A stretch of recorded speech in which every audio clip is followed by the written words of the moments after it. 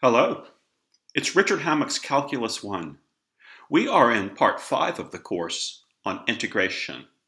This is lecture 41A on definite integrals. There's a major concept in calculus called the definite integral, and our goal for today is to introduce that and define it. The definition of a definite integral comes straight out of our area formula from lecture 40. So I'd like to begin by taking a couple of minutes to review how we set that up. Remember that we had a function, y equals f of x, that was positive on an interval from a to b, and we wanted to compute the area A of the region under that graph and between a and b. And the way we did this is we, first of all, divided the interval from a to b into n equal pieces, where n is an integer. And the width of each piece we called delta x, which was b minus a over n, the distance from a to b divided by n. We then set up some grid points. We let x sub k be equal to a plus k times delta x for any integer k between 0 and n. So x sub 0 was right here, x sub 1 was there, and so on, all the way down the line. X sub n, remember, equals b in this setup. Then we set up rectangles on each subinterval by, for the kth rectangle, taking f of x sub k, letting that be the height of the rectangle, and letting delta x be the width of the rectangle. And we continued all the way down until we got to the nth rectangle. In this setup, the area of rectangle number k is its height times its base. Its height is f of x sub k, and its base is delta x. So the area of rectangle k equals f of x sub k times delta x. Then we took the sum of the areas of those n rectangles, which in sigma notation would be denoted as the sum from k equals 1 to n of f of x sub k times delta x.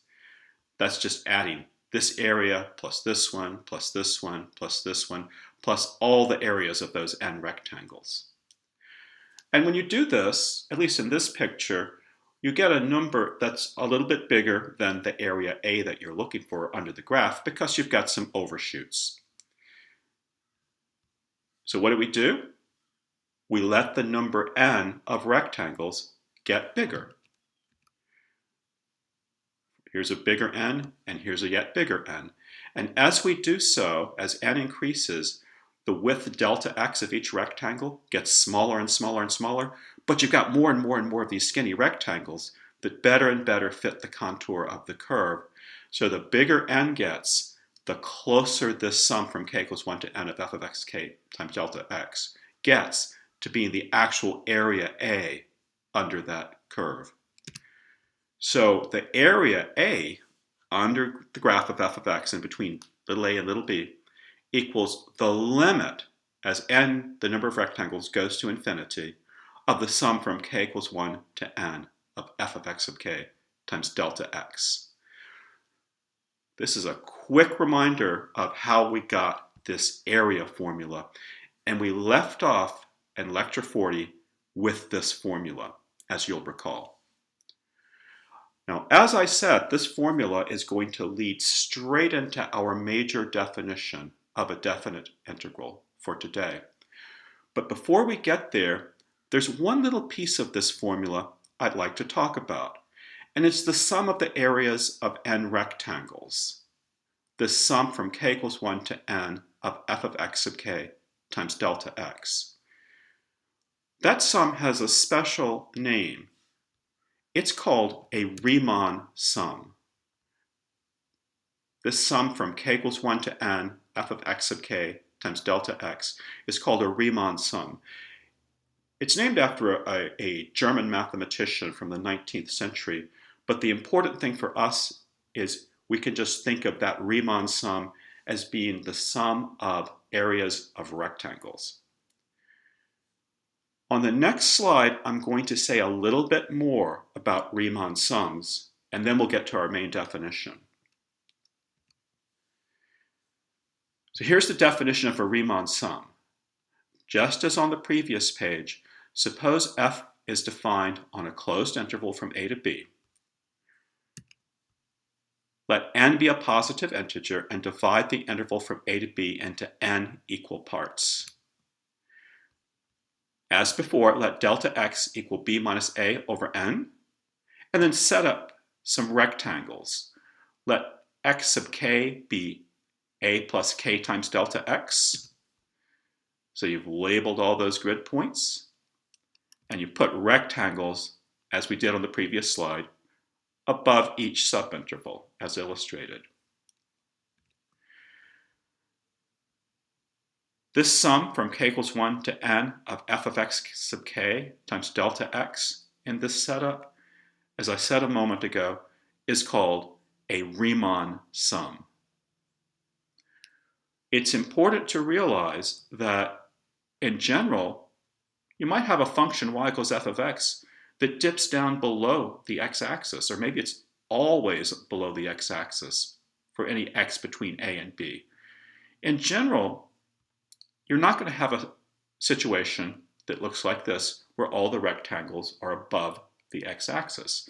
Some of them, or all of them, might be below the x-axis. And in this Riemann sum, a term f of x sub k times delta x over here would be f of x sub k, which is negative, times delta x, which is positive. So you get a negative contribution to the Riemann sum in this case. And it's quite possible that in the Riemann sum, the positive areas for the rectangles for the graph above the x-axis are counterbalanced by the negative areas for the rectangles below the x-axis. So this Riemann sum may not always be positive. It could be 0 or negative, depending on the function f of x and how it behaves on the interval from a to b.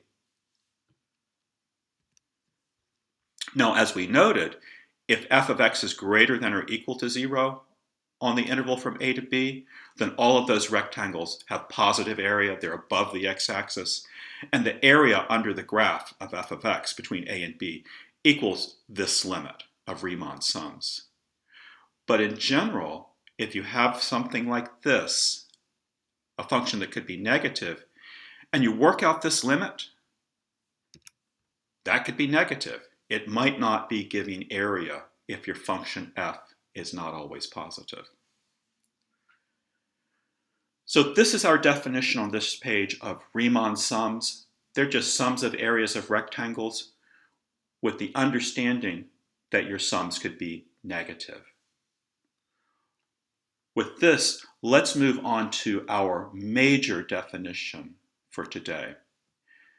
The definition of what's called the definite integral. And here it is. Definition. Given a function f defined on a closed interval from a to b, the definite integral of f over the interval from a to b is the number, limit as n goes to infinity, sum from k equals 1 to n, f of x sub k times delta x, where, just as before in our setup, delta x equals b minus a over n, and x sub k is a plus k times delta x. In other words, we're defining the definite integral of f over the interval from a to b to be the number that was given by our area formula from lecture 40. But this is with the understanding that our function f of x could potentially be negative, and we might get some negative contribution in this Riemann sum, and that would make this limit possibly 0 or negative, in addition to possibly positive. There's a special notation that we're going to use for this number, and it's this. We have an elongated integral sign, subscripted by a and superscripted by b, and followed by f of x dx. And we read this as the definite integral from a to b of f of x dx, or just the integral from a to b of f of x dx. That symbolism stands for the number that this limit equals. The definite integral from a to b f of x dx has now been defined as the limit as n goes to infinity of a Riemann sum. And this is all provided that limit exists, and if it doesn't exist, we say the definite integral does not exist. However, there's a theorem from advanced calculus that we'll just state. We're not going to prove it, but it's significant. The theorem says that if f of x is continuous on the interval from a to b, then the integral from a to b f of x dx exists. In other words, this limit exists. So we don't have to worry about these limits not existing in Calc 1 because we're just looking at continuous functions anyway. Now, as you may expect, this limit that gives the definite integral from a to b of f of x dx can be really tough to compute. Right now, we're just using that as the definition of the definite integral, and we'll talk about computing this later. Right now, we just have a definition. The definite integral equals this limit. At this point, I want to point out a possible area of confusion. The definite integral has a name that sounds a lot like the indefinite integral that we talked about earlier in Part 5. I want to point out the difference. The definite integral from a to b f of x dx, it's defined to be a number. So for instance, think about the integral from 0 to 2 of x squared dx. Actually, that was something that we worked out. We worked out this limit in lecture 40 to find the area under the graph of x squared from between 0 and 2, and it turned out to be 8/3. And so since our definite integral definition borrows the area formula, we can see from the work we did in the previous lecture that the integral from 0 to 2 x squared dx is 8/3. This definite integral equals this number. A definite integral is always a number. By contrast, an indefinite integral, which we read as the integral of f of x dx, is a set of functions. It stands for all the antiderivatives of f of x.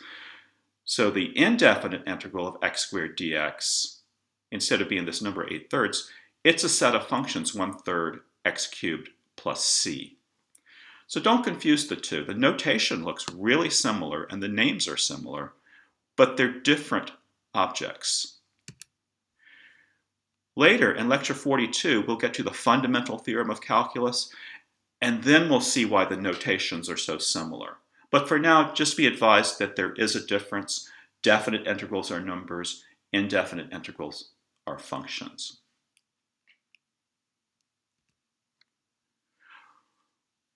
So we've defined our major definition, the definite integral. We're now going to spend some time talking about some of its properties that are rather significant. First of all, for the very first property, we have what we're going to call the area property. That states that if f of x is greater than or equal to 0 on the interval from a to b, then the integral from a to b f of x dx equals the area under the graph of f of x above the x-axis and between x equals a and b, this shaded area. And it's automatic why this is true. Remember, we used our area formula to define the definite integral from a to b f of x dx. So automatically, we get the fact that definite integrals are equal to area under curves, at least if the function f is positive on the interval. And even though the limit definition of a definite integral can be really difficult to compute, because we have this area property, sometimes if we have a shape under the graph that's a familiar shape, we can actually compute the definite integral by computing the area. For example, think about the definite integral from -3 to 3 of the square root of 9 minus x squared dx. don't want to work out that limit, but think about the graph of this function f of x right here. The graph of y equals square root of 3 squared minus x squared, recall, is a circle of radius 3. If we use the positive square root, as we're doing here, in fact, that's a semicircle, the part of the circle that's above the x-axis. So the graph of 9 minus x squared in square root is just the graph of the upper part of a semicircle. And that's above the x-axis, so this definite integral has to equal this shaded area. Now this shaded area is half of a circle of radius 3. So that's going to be 1/2 the circle's area, and the circle of radius 3 is pi times the radius squared, or pi times 3 squared, and that gives us 9/2 pi. So just by looking at area under the curve, we quickly got a value for this particular definition. It equals the number 9/2 pi. Now, this is not going to happen in most cases because, as you can imagine, you're not going to get circles for your region under a graph in every case. They could be much more exotic regions. We just got lucky in this problem. We had a formula from geometry that gave us the answer to the definite integral. I want to add a little bit to this area property. Sometimes your function, it may not always be above the x-axis. In general, the integral from a to b f of x dx equals what we call a up minus a down, where a up denotes the area of the region between the graph and the x-axis that's above the x-axis, and a down, the thing you're subtracting out, represents the area below the x-axis but above the graph of the function. That is, where the graph of the function is negative, where f of x is negative. And you can see why this works, because in the Riemann sum that you take the limit of to get this integral, you're adding up areas of rectangles, and as long as f of x is positive, you're getting a positive contribution for each rectangle. But as soon as f of x turns negative, f of x sub k is negative here, so you're going to get some negative contributions. So the rectangles above the x-axis are counterbalanced by subtracting out the rectangles below the x-axis. And in the limit, the definite integral of f of x dx equals the area up minus the area down. So as an example of this, think about the definite integral from -1 to 2 of the function x minus 1 dx. Let's draw a graph of that function.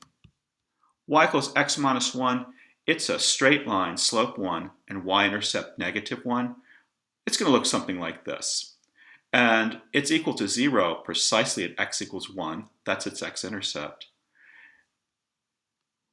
By our a up minus a down interpretation, this definite integral from -1 to 2 of x minus 1 dx equals a up minus a down for the region between x equals -1 and 2. Now the a up is this little triangle right there, and you can see that its base is 1 and its height is f of 2, which is 2 minus 1. Its height is 1 as well. So the area of this rectangle, or triangle, that is a up, is 1/2 its base times its height, which is 1/2 1 times 1. So our a up is 1/2 1 times 1, but then we have to subtract off the a down, the area of this triangle. And you can see here the base of this triangle that's below the x-axis is 2. The distance from here to here is 2. And the height would be f of -1, -1, which is -2. The height is 2. So the area of this shaded region is 1/2 base times height. 1/2, 2 times 2. And we do the subtraction, and we get minus 3/2. So by looking at a up minus a down, we were able to evaluate this simple definite integral. Now that was easy because the function f of x here is a linear function, so you got triangles for the area.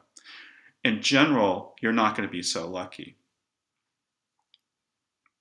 And as I said, in general, later on when we get to the fundamental theorem of calculus, we'll have a really quick way of evaluating these definite integrals anyway. Let's continue with our properties. We just had property 1, which is the area property. Let's move on to property 2. Property 2 says that the integral from a to a f of x dx equals 0. So here, the interval that we're defined on goes from a to a, so it's just a point. And if you think about the area of the region above, not an interval, but just the number a, that's just a straight line. It has 0 area, so you'd expect this integral to be equal to 0. And in fact it is. There's a quicker way to see why this is true. If you think about the setup, the definition of this definite integral in terms of Riemann sums, it has a delta x in it, and delta x was defined to be b minus a over n, but in this case b is equal to a, so delta x just equals 0. So in the Riemann sum, you have a bunch of rectangles that have 0 width. Delta x is 0. So every term in that sum is going to be 0. And you're going to get 0 in the definite integral. So that's a pretty simple property. Here's another property. The definite integral from a to b f of x dx equals negative the integral from b to a f of x dx. In other words, if you switch the a and the b in the integral, it changes the sign of the integral. Now, why would that be true? It's a quick way to see why. On the left here, remember in the setup for this definite integral in the limit of Riemann sums, delta x was equal to b minus a over n. It was this number minus that number over n. But on the right, we have delta x would be this number minus that one over n. In other words, a minus b over n. So on the left, delta x is b minus a over n. On the right, delta x is the negative of that. And so you can see here that the Riemann sums that you work out over here are going to be the negatives of those that you get here. So in the limit, one definite integral is the negative of the other one. And occasionally, you're going to find this property useful. Another property, number 4, says that if c is a constant, the definite integral from a to b of c times f of x dx equals c times the integral from a to b f of x dx. And the reason this is true, I'll just quickly say it, but you can read more about this in your textbook, is if you set up the Riemann sum, the limit of Riemann sums from the definition of the definite integral for this integral, you're going to have a bunch of rectangles of height c times f of x sub k, all added up. And that c can just factor right outside of the Riemann sum, and it can factor right outside of the limit. And you get c times the integral from a to b f of x dx. So the moral here is that if you're ever working out a definite integral and it's got a c times a variable function, you can factor that c out. But the c has to be a constant. You can't factor out any expression that has an x in it. As a companion to property 4, the definite integral from a to b of f of x plus or minus g of x dx equals the sum or difference of these two definite integrals. And quickly, the reason this is true is if you work out this Riemann sum, this integral as a Riemann sum or a limit of Riemann sums, each term of that Riemann sum is going to have an f of x sub k plus a g of x sub k times a delta x. You can distribute that delta x in there. You get a sum f of x sub k times delta x plus or minus g of x sub k times delta x. Then break up the limit, break up the sum, and it'll work out to be this sum or difference. Now, if what I just said sounds a little confusing, either take this on faith that these two things are equal, or better, go back and read it carefully in your textbook, or even better yet, just go to the margin of your notebook and you can work it out yourself. But we get this sum difference property for definite integrals. Here's another big property.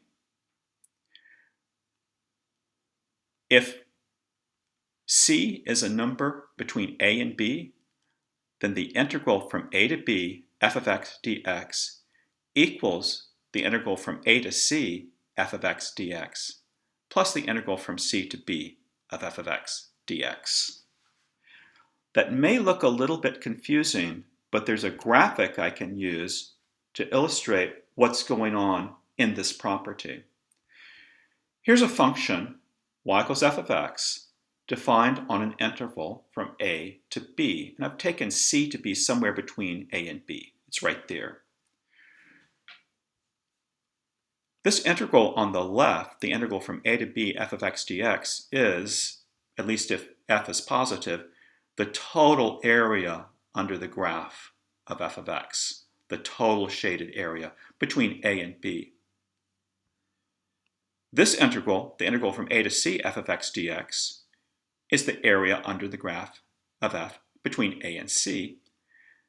And this other definite integral, the integral from c to b f of x dx, is the area under f between c and b. So you can see from this picture, if you add these two integrals together, these two, you get the complete integral from a to b of f of x dx.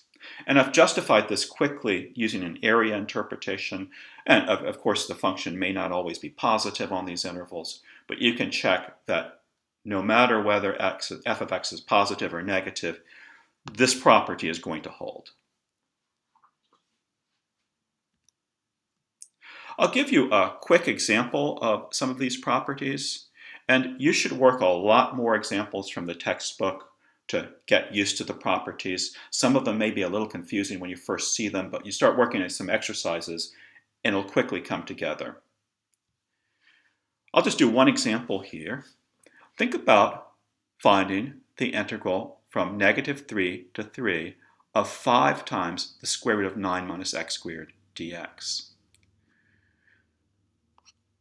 We can use property 4 here that says a constant c can be factored out of the integral because we have a constant of 5 right there.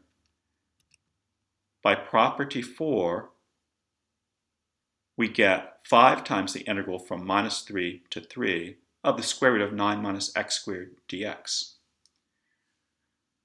Now if you look at this integral, we did this one on the previous page. Remember, the graph of the square root of 9 minus x squared was a circle of radius 3 above the x-axis. So this definite integral equal the area of that function. We'll recycle our work. On the previous page, we worked out this definite integral to be 9/2 pi. And here we're multiplying that by 5. So we get an answer of 45/2 pi. So the purpose of this example is not just to illustrate one of these properties, but to indicate how applying one of these properties to a definite integral might simplify the picture so that you can get some traction and get an answer. So these 6 properties are pretty big properties. You should work lots of exercises, as I said, and get used to them. I'm going to continue on with some other properties that are a little more technical that you'll need in some proofs if you read the text very carefully. But you're not going to use these on a day-to-day basis. And some of them we'll use in the next lecture on the fundamental theorem of calculus. So it's important that we talk about them. Property 7 is really simple. It states that the integral from a to b of c dx equals c times b minus a. And this is where c is just a constant. And you can see why this is true, especially if c is a positive number, because if you graph this function, this constant function, f of x equals c, the graph is just a straight horizontal line with y-intercept c. And the integral from a to b c dx would give the area under that graph and between a and b. But that region is just a rectangle of height c and width b minus a, so its area, which equals the integral from a to b c dx, is just height times base c times b minus a. So a very simple property. Another property is that if you've got two functions, f and g, and f of x is greater than or equal to g of x on the interval from a to b, then the integral from a to b f of x dx is going to be a number that's greater than or equal to the integral from a to b of g of x dx. And you can see why that's true if you think about these limits of Riemann sums. The rectangles on f are taller than the corresponding rectangles on g, so of course the Riemann sums are going to be greater than or equal to, so the limits will also satisfy that property. Number 9 will be significant for us in the next lecture. It looks a little complicated, but it's really simple when you analyze what's going on. Suppose you've got a function f of x, and for any x on the interval from a to b, that f of x is greater than or equal to some number little m, but less than or equal to some number big M. Then it happens that the number little m times b minus a is less than or equal to the integral from a to b f of x dx, which in turn is less than or equal to the number big M times b minus a. If you draw a picture of this, you can see what's going on. Here's a function y equals f of x that meets the conditions. For any x, f of x is greater than or equal to this constant number y equals m. And for any x, this f of x is less than or equal to this y value of big M. So in this picture, this condition holds true. And let's make some sense out of what's going on the right rather. The m times b minus a, you could think about that as the area of this rectangle down here that's totally contained in the shaded region. So the integral from a to b f of x dx is greater than or equal to the area of this rectangle, which is little m times b minus a. On the other hand, you've got this big rectangle here of height big M that contains the shaded region. So the integral from a to b f of x dx is less than or equal to the area of this big rectangle, which is the number height times base big M times b minus a. So you might wonder why we're stating this crazy looking property. It'll actually be useful when we prove the fundamental theorem of calculus in the next lecture. But that's it for our integral properties. I'm going to end the lecture with a little bit of vocabulary. Remember that we defined the definite integral of f over the interval from a to b to be a number that's equal to this limit of Riemann sums. It's an interesting notation. I want to quickly point out that this notation that we use for the definite integral is really a streamlining of the limit of Riemann sums that is defined to be equal to. This integral from a to b looks like an elongated s. Think about that as sum. So the integral from a to b is just a streamlining of the limit as n goes to infinity, sum from k equals 1 to n. Then you have an f of x. Think of that as just a streamlined version of the f of x sub k. And this differential dx, that's just a streamlining of the delta x. So the notation we're using for the definite integral is very suggestive of where it came from. Remember that this sum from k equals 1 to n, f of x sub k delta x, it's called a Riemann sum. So the definite integral is a limit of Riemann sums. This elongated s, that's called the integral sign.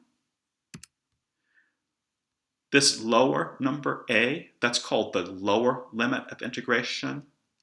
And the b is called the upper limit of integration.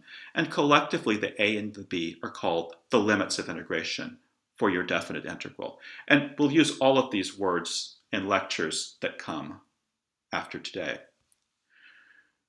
This f of x right here, that's called the integrand. That's the function that we're integrating. And this dx, you know what dx is. It's a differential. So be aware of the names of all of these different parts of the integral because we'll use them daily. That's it for today. A quick summary. We've had a major definition, the idea of the definite integral from a to b, f of x dx. It's a limit of Riemann sums with the usual setup. Up next, we're going to continue talking about the definite integral. In lecture 41b, I'll give some other formulations of the definite integral. And you can even, if you don't want to see this right away, you can skip lecture 41b because for the rest of the lectures in this series, we're going to use this particular formulation of the definite integral. But depending on what textbook you're using, you may see different definitions of the definite integral, and I want to address that in lecture 41b. Then, in lecture 42, we get to the pinnacle of this course, the fundamental theorem of calculus. And we're going to see that this definite integral from a to b f of x dx, this crazy thing that was defined by this ridiculous limit that nobody ever wants to work out, actually equals a really simple expression involving the indefinite integral of f of x dx, involving antiderivatives. So that's coming up. Get some practice with definite integrals and their properties, and you'll be ready for the fundamental theorem of calculus. I'll see you then, and goodbye.